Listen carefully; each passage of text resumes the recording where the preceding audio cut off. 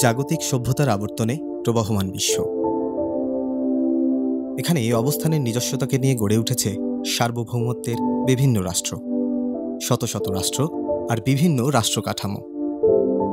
শুধুমাত্র সম্পদ আর সক্ষমতার বিচারেই কেউ কেউ সংজ্ঞায়িত হয় উন্নত বা অনুন্নত রাষ্ট্রে। এখানে বাণিজ্যের বাজার দরে কেউ জন্মসূত্রে স্বাধীনতা লাভ করে, আর কেউ তা ছিনিয়ে নেয় বহু সংগ্রাম আর সীমাহীন ত্যাগে। কোনো কোনো দেশ ইতিহাসের পথের বাঁকে কুড়িয়ে পায় উন্নত রাষ্ট্রের তকমা, আর কোনো কোনো দেশ বহু প্রতিকূলতার মধ্যে আমৃত্যু সংগ্রাম চালিয়ে যায় নিজেদের উন্নত করার চেষ্টায়।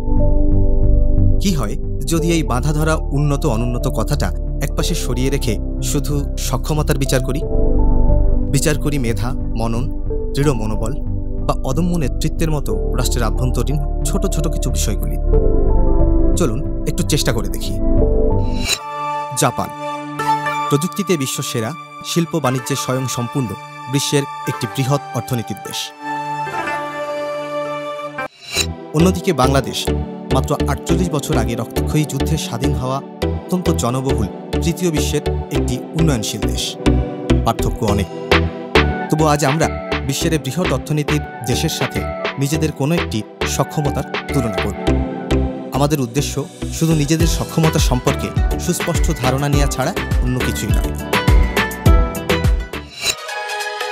$4.3 বিলিয়ন একটি মেগা প্রকল্প, ব্রিজ ইঞ্জিনিয়ারিং এর মিরাকল আকাশী কাইকো সেতু, জাপান। এই সেতুর আরও একটি নাম রয়েছে, সেটি হচ্ছে পার্ল সেতু। 3.91 কিলোমিটার দৈর্ঘ্যের এই সেতুটি তৈরি করতে কয়েক লক্ষ শ্রমিককে দীর্ঘ 10 বছর দিনরাত কাজ করতে হয়েছে। জাপানের কনস্ট্রাকশন ইতিহাসে অন্যতম একটি চ্যালেঞ্জিং কাজ এই আকাশী কাইকো সেতু।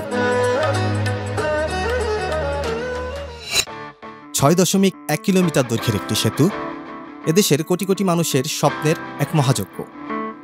অর্থলগ্নি থেকে শুরু করে প্রাকৃতিক প্রতিকূলতা সবকিছুর মোকাবিলা করে এগিয়ে যাওয়া $3.9 বিলিয়ন মেগা প্রজেক্ট, বাংলাদেশের কনস্ট্রাকশন ইতিহাসের সবথেকে বড় প্রকল্প পদ্মা বহুমুখী সেতু।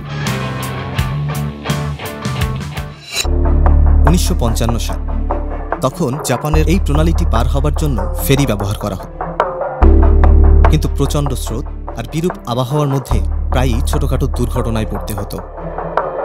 সে বছর মে মাসে এই প্রণালীর একটি ফেরি ডুবে যায়, যাতে প্রাণ হারায় 160 জন। পুরো জাপান জুড়ে নেমে আসে শোকের ছায়া। কর্তৃপক্ষ নড়ে চড়ে বসে এবং এত বড় মেগা প্রজেক্টের জন্য বিপুল পরিমাণ অর্থলগ্নি না করেই চূড়ান্ত সিদ্ধান্ত নেয় এখানে একটি সেতু নির্মাণ করার। হনশু শিকাকু ব্রিজ অথরিটি, জাপানের একটি খ্যাতনামা ব্রিজ কনস্ট্রাকশন কোম্পানি। স্বনামধন্য এই প্রতিষ্ঠানটিকে দেয়া হলো জাপানের ইতিহাসের সবচেয়ে চ্যালেঞ্জিং এই ব্রিজ নির্মাণের কাজ। শত বাধাকে উপেক্ষা করে একদল দক্ষ ও নিবেদিত প্রকৌশলী নেমে পড়ল কাজে।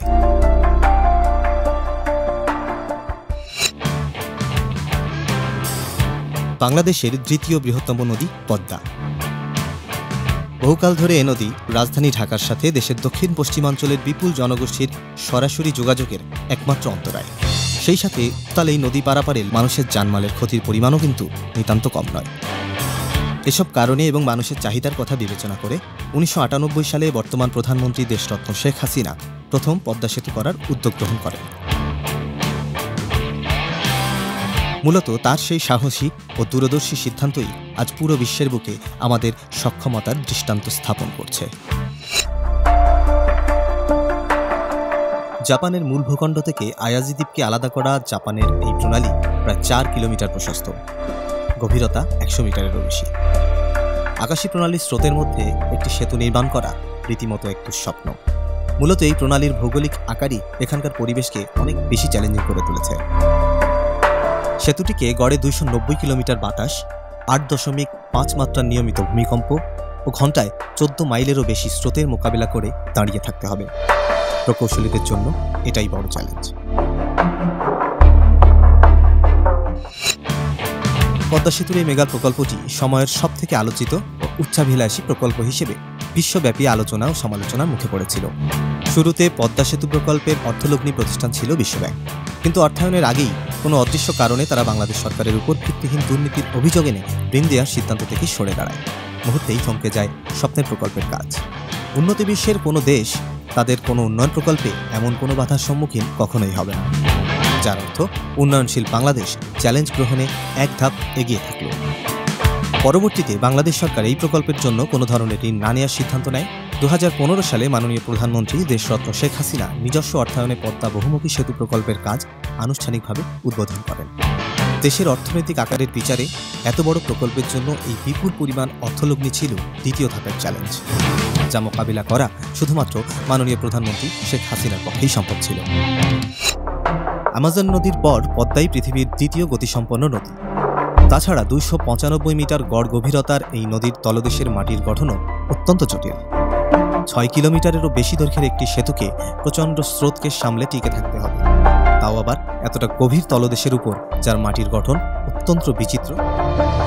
আর তাই এই সেতুর নির্মাণ কাজ অত্যন্ত জটিল ও ব্যয় সাপেক্ষ। কিন্তু প্রতিকূলতা যতই আসুক, তাকে জয় করার নামই হচ্ছে বাংলাদেশ।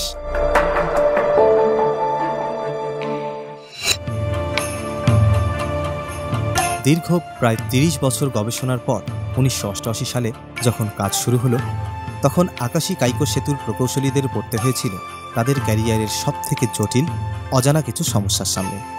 এত গবেষণার পরও এই প্রণালীতে একটি সেতু তৈরির ভাবনাকে বাস্তবে রূপ দিতে একমাত্র সাসপেনশন প্রযুক্তিই ছিল সম্ভব। 928 ফুট উঁচু দুটি মূল সমর্থন টাওয়ারের উপর ভিত্তি করেই দাঁড়িয়ে থাকবে পৃথিবীর সবচেয়ে বড় এই সাসপেনশন ব্রিজ। এই দুটি টাওয়ারের সাথেই ঝুলন্ত অবস্থায় থাকবে 4 কিলোমিটার দীর্ঘ 3টি স্প্যান, যে জন্য এর কাঠামোকে হতে হবে তুলনামূলক শক্ত এবং হালকা। প্রকৌশলীদের বহু গবেষণা ও সময়ের ব্যবধানে তৈরি হয় এর চূড়ান্ত নকশা। 4 বছরের টানা চেষ্টায় ব্রিজের মূল দুটি পিলারের পাইল সম্পন্ন করতে পেরেছিল জাপানি প্রকৌশলীরা, যা ছিল এক মহাযজ্ঞ। আকাশী কাইকো ব্রিজের নকশা ও নির্মাণশৈলী এতটাই চ্যালেঞ্জিং ছিল যে এর পুরো অবকাঠামোটির স্ট্রেংথের 91% ব্যবহৃত হয় এর নিজের ভর নিয়ন্ত্রণ করতে। মাত্র 3.92 কিলোমিটার দীর্ঘ এই সড়ক সেতুটি নির্মাণ করতে কয়েক লক্ষ শ্রমিক, $4.3 বিলিয়ন খরচ করে জাপানের মতো প্রযুক্তি শীর্ষে থাকা দেশেরও সময় লেগেছিল 10 বছর, যার আগে দীর্ঘ 30 বছর তারা নকশা ও অর্থলগ্নির প্রস্তুতিতে কাটিয়েছে। এখন আমরা ভাবতে পারি জাপানের মতো উন্নত দেশের পক্ষেই হয়তো শুধু এমন চ্যালেঞ্জিং কাজ করা সম্ভব, কিন্তু আমাদের এই ভাবনাটি ঠিক নয়। অসম্ভব মনে হওয়া কোনো চ্যালেঞ্জের বিরুদ্ধে দাঁড়িয়ে কোনো বড় স্থাপনা বা প্রকল্প বাস্তবায়নের সাথে কোনো দেশের উন্নত বা অনুন্নত হবার কোনো সম্পর্ক নেই। এক্ষেত্রে যোগ্য নেতৃত্বের হাত ধরে সময়োপযোগী সিদ্ধান্ত ও দৃঢ় মনোবলই পার্থক্য করে দেয়। পদ্মা সেতুর কারিগরি দিকগুলি এতটাই জটিল যে এখানে কাজ করা চীনা প্রকৌশলীদের বরাবরই বিভিন্ন অজানা চ্যালেঞ্জের সম্মুখীন হতে হয়েছে। বিরূপ আবহাওয়া ও কাজের প্রতিকূল পরিবেশের কারণে বারবার থেমে থেমে করতে হয়েছে নির্মাণ কাজ। পদ্মা নদীর তলদেশের মাটি অত্যন্ত বৈচিত্র্যপূর্ণ, যে কারণে প্রতিটি পিলার তৈরির ক্ষেত্রে নকশার জটিলতা নৈমিত্তিক একটা বিষয় হয়ে দাঁড়ায়। প্রকৌশলীরা একে একে সবগুলো জটিলতা কাটিয়ে উঠলেও নদীর গভীরতম অংশে 14টি পিলার নিয়ে পড়তে হয় আসল সমস্যায়। নির্মাণ কাজ শুরুর 3 বছর পার হয়ে গেলেও 14টি পিলারের কোনো নকশাই চূড়ান্ত করতে পারেনি দেশি বিদেশি বিভিন্ন বিশেষজ্ঞরা। নির্মাণ কাজ শুরুর 4র্থ বছরে অর্থাৎ 2019 সালের প্রথম নাগাদ সব ধরনের জটিলতা কাটিয়ে বর্তমানে পুরো দমে এগিয়ে চলছে পদ্মা বহুমুখী সেতুর কাজ। পুরো প্রকল্প বাস্তবায়ন করাটা বাস্তবিকভাবে এতটাই জটিল ও কষ্টসাধ্য যে বিভিন্ন সময় প্রয়োজনীয় কাজের পরিধি বাড়াতে হয়েছে কয়েকবার, যে কারণে এই প্রকল্পের বাজেট মোট 3টি ধাপে বাড়িয়ে সবশেষে 30,793 কোটি 39 লাখ টাকায় দাঁড়িয়েছে। উন্নত দেশের একটি মেগা প্রকল্পের সাথে বাংলাদেশের একটি মেগা প্রকল্পের এই তুলনামূলক পর্যালোচনায় আমরা কি কোনো সক্ষমতার নতুন ধারণা পাচ্ছি না? অবশ্যই পাচ্ছি। বাংলাদেশ এখন যে কোনো মেগা প্রকল্পই বাস্তবায়ন করতে পারে, হয়তো উন্নত রাষ্ট্র হিসেবে নয়, কিন্তু বিশ্বের সেরা সব কাজের সক্ষমতার প্রশ্নে আমরা কোনোভাবেই পিছিয়ে নেই। অনেক বিতর্ক, বাধা ও প্রাকৃতিক প্রতিকূলতা ডিঙিয়ে নিজস্ব ব্যবস্থাপনা ও অর্থায়নে পদ্মা সেতুর মতো মেগা স্ট্রাকচার নির্মাণ সারা বিশ্বের সামনে স্বাবলম্বী ও সক্ষম এক নতুন বাংলাদেশের জানান দেবে। দৃশ্যত অসম্ভব বা দুঃসাধ্য যাই বলি না কেন, কোনো উন্নত বিশ্বের সাথে তাল মেলানোর মতো যে কোনো প্রতিযোগিতায় বাংলাদেশ এখন সবারই যোগ্য প্রতিদ্বন্দ্বী হয়ে উঠছে। বলা বাহুল্য, এদেশের স্বাধীনতা অর্জনের পর এবং বিশেষ করে জাতির জনক বঙ্গবন্ধু শেখ মুজিবুর রহমানের মৃত্যুর পর একটা দীর্ঘ বিরতিতে হলেও বঙ্গবন্ধুর কন্যা দেশরত্ন শেখ হাসিনার নেতৃত্বে আবারও বাংলাদেশ ফিরে পেয়েছে একটি সুস্থ গণতান্ত্রিক রাষ্ট্র আর উন্নয়নের প্রবহমান একটি ধারা। আগেই বলেছি, অসম্ভব মনে হওয়া কোনো চ্যালেঞ্জের বিরুদ্ধে দাঁড়িয়ে কোনো বড় স্থাপনা বা প্রকল্প বাস্তবায়নের সাথে কোনো দেশের উন্নত বা অনুন্নত হবার কোনো সম্পর্ক নেই। এক্ষেত্রে যোগ্য নেতৃত্ব, সময়োপযোগী সিদ্ধান্ত ও দৃঢ় মনোবলই পার্থক্য করে দেয়। তৈরি হয় স্থাপনা, বাস্তবায়িত হয় স্বপ্ন। আমাদের বর্তমান সুযোগ্য প্রধানমন্ত্রী দেশরত্ন শেখ হাসিনাই আমাদের সেই যোগ্য নেতৃত্ব। জাতির জনকের স্বপ্নই আমাদের দৃঢ় মনোবল।